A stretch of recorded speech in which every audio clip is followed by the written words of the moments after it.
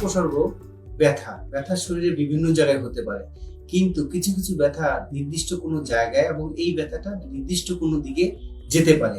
যেমন ধরুন কারো কোমরে ব্যথা হচ্ছে, কোমর বলতে আমরা যা বুঝি এই পাঁজরের হাড়ের পিছনের দিকে অথবা তার পাশের দিকে, এই জায়গার ব্যথা তার হলো। এই ব্যথাটা আবার দুরকম হতে পারে। একটা হলো ব্যথাটা এই জায়গায় হচ্ছে এবং স্থির ওই জায়গায় থাকছে, আবার একটা হতে পারে এই জায়গায় ব্যথা হচ্ছে ব্যথাটা ক্রমান্বয়ে এই সামনের এদিকে চলে আসতেছে, ডাক্তারি ভাষায় আমরা যাকে বলি লইন টু গ্রয়েন।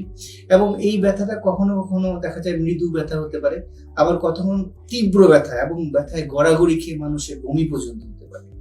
এটা হলো ব্যথা সংক্রান্ত বিষয়। কিডনি বা কিডনির নালীর ব্যথাগুলো সাধারণত এরকম হয়ে থাকে। এরপর আসি তলপেটের বিষয়। যখন আমাদের প্রস্রাবের সমস্যা হয় তলপেটে ব্যথা অনুভব হতে পারে, আবার প্রস্রাবের রাস্তায় ব্যথা অনুভব হতে পারে। সেটা প্রস্রাব করার সময় হতে পারে অথবা সারাক্ষণ এমনিতেও ব্যথা হতে পারে।